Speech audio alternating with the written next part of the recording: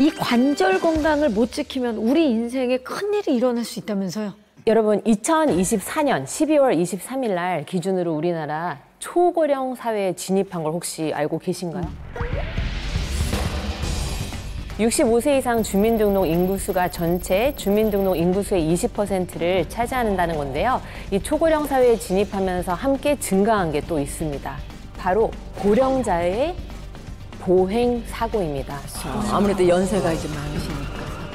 실제로 2024년 교통사고 사망자 통계를 보면요.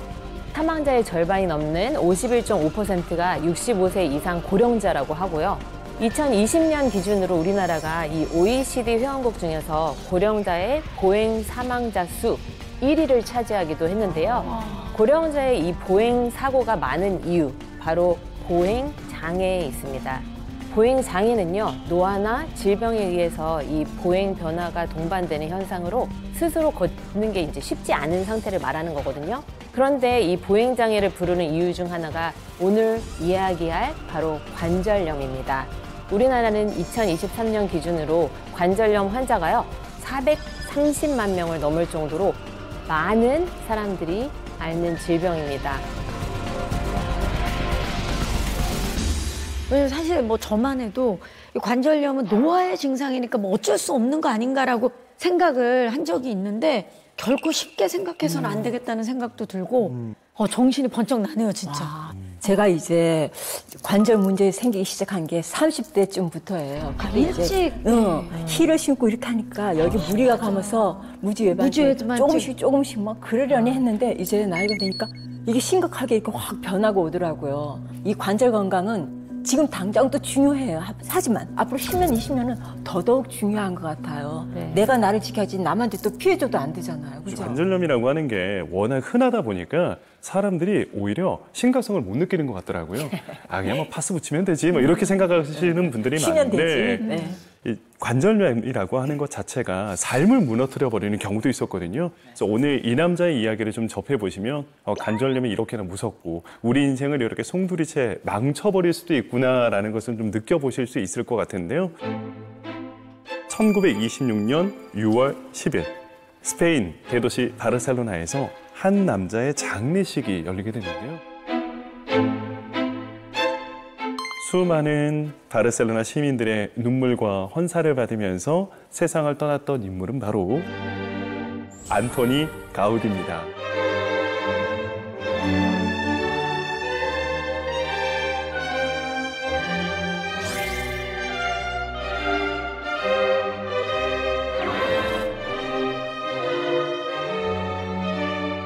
가우디는 최근에 시성 작업에 이제 들어가기 시작하면서 더 이슈가 되기도 했었고 그 때문에 신의 건축가라는 별명이 붙기도 했었던 사람이기도 한데요. 신의 건축가.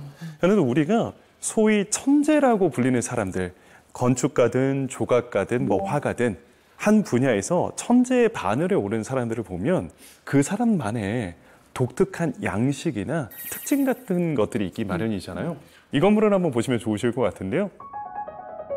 지금 보고 계시는 이 건축물은 까사바띠오라고 하는 건축물로 지금 현재도 바르셀로나 최고 부촌에 세워진 건축물입니다. 당시 이 까사바띠오 바로 옆 건물이 리모델링에 들어갑니다. 그래서 이 거리에서 가장 화려한 건축물로 탈바꿈되자 그 모습을 옆에서 지켜보고 있었던 바띠오 씨. 내 집은 무조건 옆집보다 더 화려하게 만들어줘 라면서 가우디에게 리모델링을 의뢰하게 됩니다.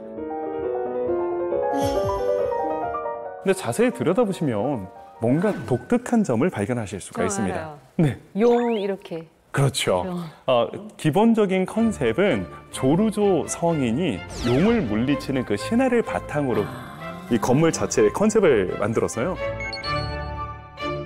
그때 당시 그 용에게 희생된 그 수많은 희생자들, 그 시체들의 모습을 표현한 것이 아닌가라고 추정을 하고 있는데요. 창틀과 창 그 외형의 모습들을 보시면은요. 유령 같아요. 무언가, 그렇죠. 뼈들의 모습을 확인할 수가 있습니다. 이 가우디라고 하는 사람이 뼈에 푹 빠져 있었다라고 해요. 바로 가우디 자체가 이 뼈 때문에 고생을 많이 했기 때문입니다. 이 남자가 무려 6살 때 네. 관절염 진단을 받았어요. 6살? 세상에나. 그러니까 어렸을 때부터 다리가 불편해서 걷는 것 자체가 굉장히 힘들었었고요. 그러다 보니까 자연스럽게 학교에도 가기가 좀 힘들었었다라고 합니다. 그래서 그런지 까사바띠오뿐만 아니라 우리 가우디의 최대 건축물이라고 불리우는 사그라다 파밀리아에서도 이 뼈와 관련된 흔적들을 만나볼 수가 있어요. 보시면 건축물의 기둥들도 사람의 팔뼈나 다리뼈에 그러게요. 그런 뼈와도 같은 기둥들의 형상들을 좀 많이 발견할 수가 있어요. 아마도 가우디가 워낙 이렇게 평생 관절염을 앓았었고 뼈에 대한 관심이 많다 보니 자신의 관심도가 자연스럽게 건축물에도 영향을 끼친 것이 아닐까라고 추정을 하고 있는 것입니다. 그리고 이 남자가 워낙 독실한 신자이다 보니 항상 인근에 있는 필리프 성당으로 찾아가 미사를 참여했었다고 하는데요.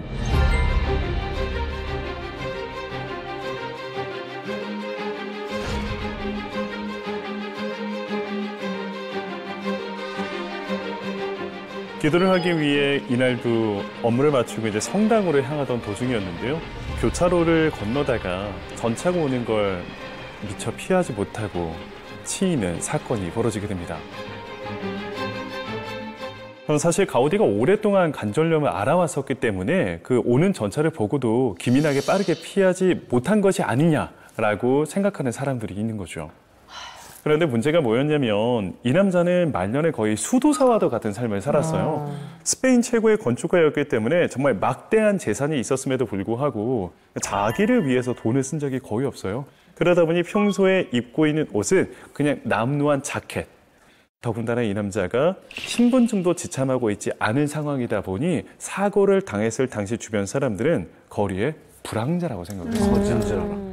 지나가던 두 행인이 아니 그래도 빨리 병원에 보내야 되지 않을까라고 가우디를 들쳐업고 택시를 잡으려고 하는데 그 시트가 지저분해질까 봐 아무도 안 태워줘. 택시들이 승차 거부를 하기 시작합니다. 결국 가우디는 변변찮은 치료조차 제대로 받지 못한 채 이틀 뒤인 6월 10일 허망하게 세상을 떠나버리게 됩니다. 근데 제가 이 얘기를 듣는 내내 속상한 게 평생 관절염에 시달렸다고 하니까 얼마나 힘들었을까 진짜.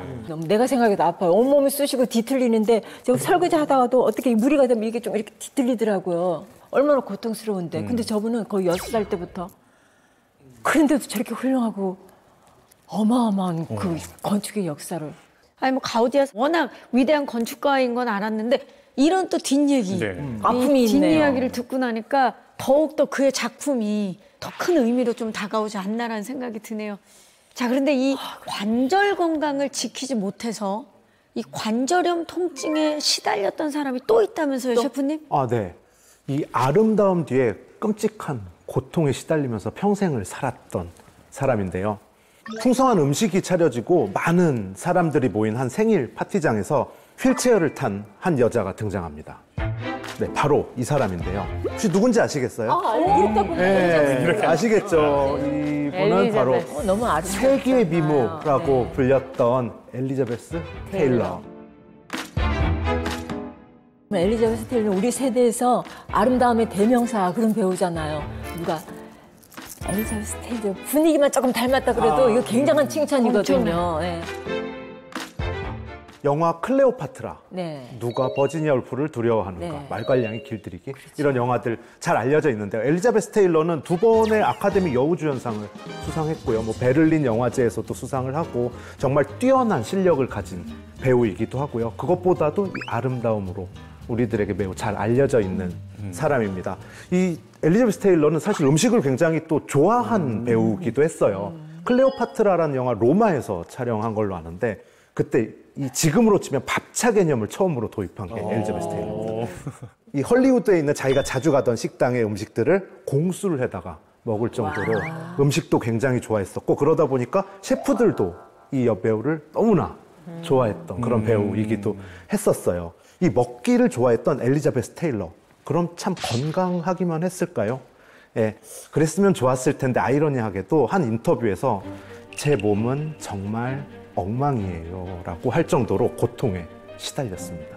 엘리자베스 테일러는 생전에 폐렴부터 뇌종양, 피부암 등을 앓았을 뿐만 아니라 맹장 수술, 기관지 절제술을 견뎌내야 했고요. 또 자궁 적출 수술도 견뎌야 했습니다.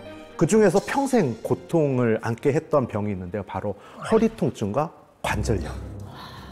엘리자베스 테일러는 선천적으로 척추가 비는 척추 측만증을 가지고 있었고요. 원래도 약하고 뒤틀려있던 척추는 12살에 노건의 천사라고 하는 영화를 촬영하던 중에 낙마를 하게 됩니다. 아유, 저런. 네, 낙마를 하게 되면서 이 더 심각한 상황에 이르게 됩니다.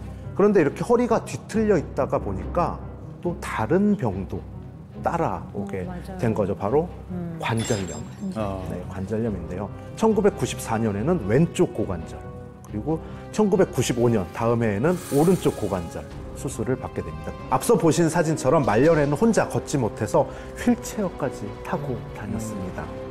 그런데 이 척추 측만증과 관절염은 그녀에게 또 다른 악영향을 미쳤는데요. 평생 많은 질병을 앓기도 했고 또 허리와 관절 통증을 앓다 보니까 제대로 활동하기 위해서 진통제가 반드시 필요했었다고 합니다. 그러니까. 이 진통제를 달고 살았는데요. 엘리자베스 테일러 의사 3명이 1983년부터 88년까지 5년 동안 진통제, 수면제, 진정제 28가지 약물에 대해서 1000여 건의 처방전을 썼습니다. 5년에 1000여 건이면. 네. 약물 받아보기. 이런 그 정도의 이야기가 나올 정도니까요. 허리와 관절염의 통증을 잠재우려고 썼던 이 진통제에 중독됐던 엘리자베스 테일러는 결국 2011년 그 우려혈성 심부전으로 사망하게 됩니다. 제가 궁금한 건 저 정도의 관절염이면 얼마나 심각한 상태인 겁니까?